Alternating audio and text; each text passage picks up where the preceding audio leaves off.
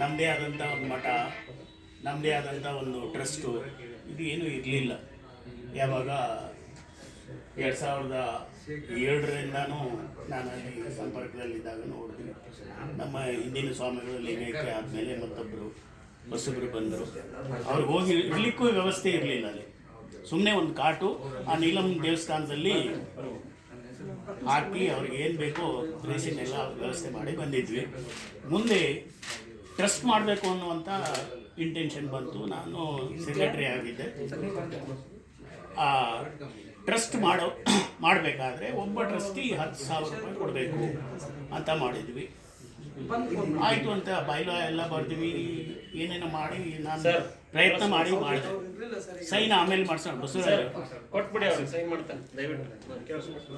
Trust ಮಾಡುವಂಥ ಸಂದರ್ಭದಲ್ಲಿ ನನ್ನ ಮೇಲೆ ಒಂದು ಸ್ವಲ್ಪ ಕೋಪನ ಮಾಡಿಕೊಂಡ್ರು ಬೇರೆಯವರು. ಅದು ಹೆಸರು ಅವಶ್ಯಕತೆ ಇಲ್ಲ. ಯಾಕೆಂದರೆ ನನ್ನ ನಡತೆಯಲ್ಲಿ ಇವನು ಮುಂದೆ ಹೋಗ್ತಾ ಇದ್ದಾನೆ.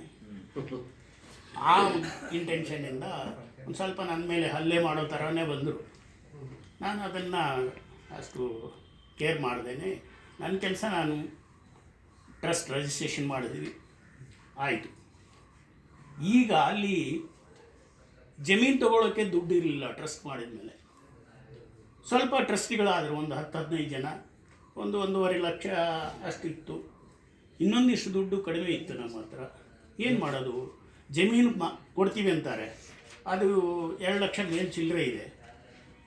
ಅದು ಏನು ಭವನ ಅದು ಎಲ್ಲ ಕಟ್ಟಿದ್ದೀವಿ ನೋಡಿ, ಆ ಜಮೀನು.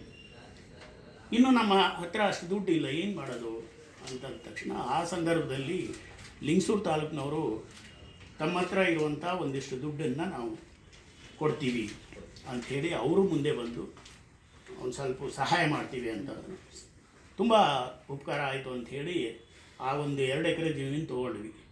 ಆ 2 ಎಕರೆ ಜಮೀನು ತೊಗೊಂಡ ಮೇಲೆ ಇವತ್ತು ಕೋಟಿ ಬಂದು ಬಿದ್ದಿದೆ. ಅಲ್ಲಿ ಕೋಟಿಗಟ್ಟಲೆ ಬಂದು ಬಿದ್ದಿದೆ. ಅದನ್ನು ಸದ್ಬಳಕೆ ಮಾಡ್ಕೊಳ್ಳೋಕ್ಕೂ ನಮ್ಮವರ ಕಡೆಯಿಂದ ಆಗ್ತಾಯಿಲ್ಲ. ಅದು ಎಲ್ಲ ಹೋಗೋದು ಬೇಡ, ನಮಗೆ ಅವಶ್ಯಕತೆ ಇಲ್ಲ. ಇಲ್ಲಿ ನಾವು ಮುಂದುವರಿಬೇಕಾಗಿದೆ ಅಷ್ಟೆ.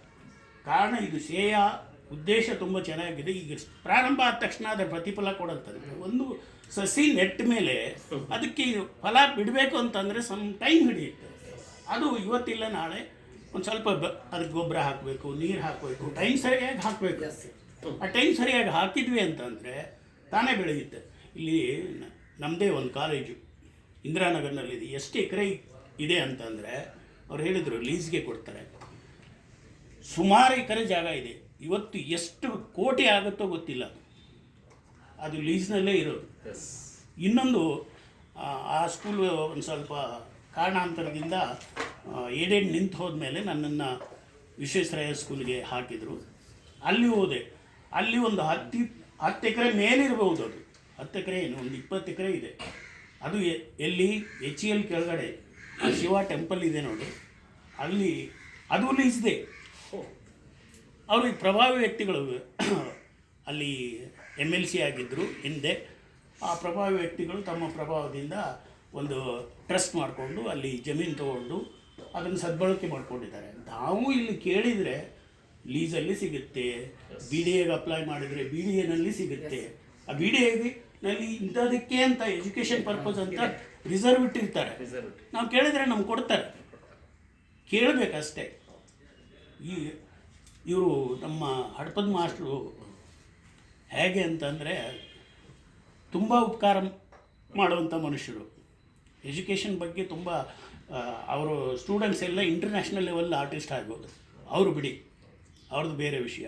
ಇಂಟರ್ನ್ಯಾಷನಲ್ ಅವರು ಸ್ಟೂಡೆಂಟೇ ಒಂದು ಇದು ಮಾಡಿಕೊಂಡು ಫಂಡಿಂದ ಅವರ ಹೆಸರಲ್ಲಿ ಸನ್ಮಾನ ಮಾಡ್ತಾರೆ ಬೇರೆ ಕಲಾವಿದರಿಗೆ. ಅಂಥ ಒಂದು ಇದು ಇದೆ. ನಾನು ಅವರು 2003ರಲ್ಲಿ ಸ್ವರ್ಗಸ್ಥರಾಗೋದಕ್ಕಿಂತಲೂ 1 ವರ್ಷ 2 ವರ್ಷ ಒಂದು ಕಾಂಪಿಟೇಷನ್ ಮಾಡ್ತಾ ಇದ್ದೀವಿ ಮಕ್ಕಳದು. ಬಣ್ಣ ಅಂತ ಅದರ ಹೆಸರು. ಅವರು ಸ್ವರ್ಗಸ್ಥ ಆದ ತಕ್ಷಣ ಅವ್ರ ಹೆಸರಲ್ಲೇ ಮಾಡೋಣ ಅಂತ ನಾನು ಹೆಸರು ಸೂಚನೆ ಮಾಡಿದ ತಕ್ಷಣ ಒಳ್ಳೆಯ ಕೆಲಸ ಮಾಡಿದ್ರಿ ಅಂತ ಹೇಳಿದರು. ಅವ್ರು ಎಲ್ಲರೂ ಇಲ್ಲಿರೋ ಟೀಚರ್ಸ್ ಎಲ್ಲ ಒಪ್ಕೊಂಡ್ರು. ಯಾಕಂದರೆ ಬಹುಸಂಖ್ಯಾತರ ಅವ್ರ ಸ್ಟೂಡೆಂಟ್ ಇದ್ದರು. ಅವ್ರಿಗೆ ಅಟ್ಟು ಇಲ್ಲಿವರೆಗೆ ಮೊನ್ನೆ ಕೊರೋನಾ ಬರೋವರೆಗೂ ಅದು ನಡೀತಾ ಇತ್ತು. ಅದು ಸುಮಾರು ಲಕ್ಷಾಂತರ ಬೆಂಗಳೂರು ಡಿವಿಷನ್ನು 11 ಜಿಲ್ಲೆಗಳಲ್ಲಿ ನಡೀತಾ ಇತ್ತು. ಅದು ಅಷ್ಟೇ ಪಾರದರ್ಶಕವಾಗಿ ಮಾಡ್ತಾಯಿದ್ರು. ಶಿಕ್ಷಕರ ಭವನದಲ್ಲಿ ಶಿಕ್ಷಕರ ಭವನ ಇದೆಯಲ್ಲ ಕಾವೇರಿ ಭವನದ ಹತ್ತಿರ, ಅಲ್ಲಿ ಕಾರ್ಯಕ್ರಮ ಮಾಡಿದ್ದೀವಿ. NGOನ ಅಲ್ಲಿ ಮಾಡಿದ್ದೀವಿ. ಸುಮಾರು ರವೀಂದ್ರ ಕಲಾಕ್ಷೇತ್ರದಲ್ಲಿ ಮಾಡಿದ್ದೀವಿ. ವೆಂಕಟಪ್ಪ ಆರ್ಟ್ ಗ್ಯಾಲರಿನಲ್ಲಿ ಮಾಡಿದ್ದೀವಿ.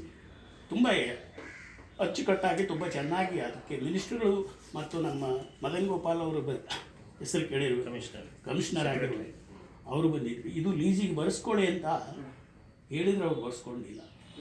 ಏನು ಮಾಡ್ತೀವಿ ಈಗ? ಹಿಂದೆ VP ಬಳಿಗಾರ ಅಂತೇಳಿ ಎಜುಕೇಷನ್ ಕಮಿಷನರ್ ಆಗಿದ್ದ ನಾವು ಮತ್ತು ಮಾಸ್ಟ್ರು ನಮ್ಮ ಜೊತೆಯಲ್ಲಿ ಒಂದು ಅಸೋಸಿಯೇಷನ್ನವರೆಲ್ಲ ಹೋಗಿದ್ದೀವಿ. ಹೋದಾಗ ಈ ಮಾಸ್ಟರ್ ನೋಡಿದ ತಕ್ಷಣ VP ಬಳಿಗಾರ ಅವರು ಎದ್ದು ನಿಂತು, ಬನ್ನಿ ಸರ್ ಅಂತ ಎದ್ದು ನಿಂತು, ಅವ್ರಿಗೆ ಸ್ಟೇಟ್ ಎಜುಕೇಷನ್ ಕಮಿಷನರ್ ಎದ್ದು ನಿಂತು ಬನ್ನಿ ಸರ್ ಅಂಥೇಳಿ ಅವ್ರನ್ನ ಕೂಡಿಸಿ ಆಮೇಲೆ ತಾವು ಕೂತ್ಕೊಂಡ್ರು. ಅದೇ ಸಂದರ್ಭದಲ್ಲಿ ಹೊರಟ್ಟಿಯವರು ಬಂದರು. ಅವರ MLC ಆದರು, ತುಂಬ ಸೀನಿಯರ್, ಈಗ ಸಭಾಪತಿಯಾಗಿದ್ದಾರೆ, ಅದು ಬೇರೆ ವಿಷಯ. ಅವ್ರು ಬಂದರೆ ಅವರೇನು ಹೇಳಲಿಲ್ಲ, ಬನ್ನಿ ಕೂತ್ಕೊಳ್ಳಿ ಅಂದರೆ ಅವರಿಗೆ ಅಷ್ಟು ಮರ್ಯಾದೆ ಕೊಡ್ತಾಯಿದ್ರು ಈ ಬೆಂಗಳೂರಿನಲ್ಲಿ. ನಮ್ಮ ರವಿಶಂಕರ್ ಅವರು ಇನ್ನೊಂದು ಮಾತು ಹೇಳಿದರು, ನಾನು ಚೇಂಜ್ ಮಾಡ್ಕೊಳ್ಳಿಲ್ಲ. ನಾನು ಅದೇ ಉದ್ದೇಶದಿಂದನೇ ಮಾಡ್ಕೊಳ್ಳಿಲ್ಲ. ಎಷ್ಟೋ ಜನ ಕೇಳಿದರು, ನೀವು ಹಡಪದ ಮಾಸ್ಟರ್ ಮಗನ? ಇಲ್ಲ, ಅವರು ಅಭಿಮಾನಿ ಅಂತಲೇ ನಾನು ಹೇಳ್ಕೊತಾರೆ. ಅವ್ರ ಮಗನಿಗಿಂತಲೂ ಹೆಚ್ಚನ್ನೋ ಮಟ್ಟದಲ್ಲಿ ಹೇಳ್ಕೊತಾರೆ. ಆ ಥರ ಬೆಳಿಬೇಕು ಅಂತಂದರೆ ನಮ್ಮಲ್ಲಿ ಹುಮ್ಮಸ್ಸು ಇರಬೇಕು, ನಾವು ಕೆಲಸ ಮಾಡಬೇಕು ಮತ್ತು ಪಾರದರ್ಶಕವಾಗಿ ಮಾಡಿದಾಗ ಅದು ಯಾವುದೇ ಇರಲಿ ಖಂಡಿತ ಬೆಳೆಯುತ್ತೆ.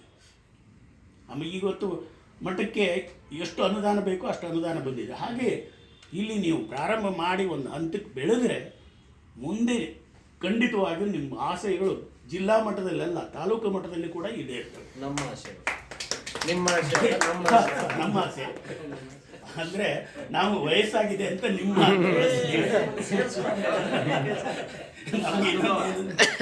ಈ ಪದ ಫಸ್ಟ್ ನಿಮ್ಮ ಅನ್ನೋದಕ್ಕಿಂತ ನಮ್ಮ ಪದ ಬರಬೇಕದು. ಅದು ಬಾಯಿ ತಪ್ಪಿ ಬಂದ್ಬೇಕು.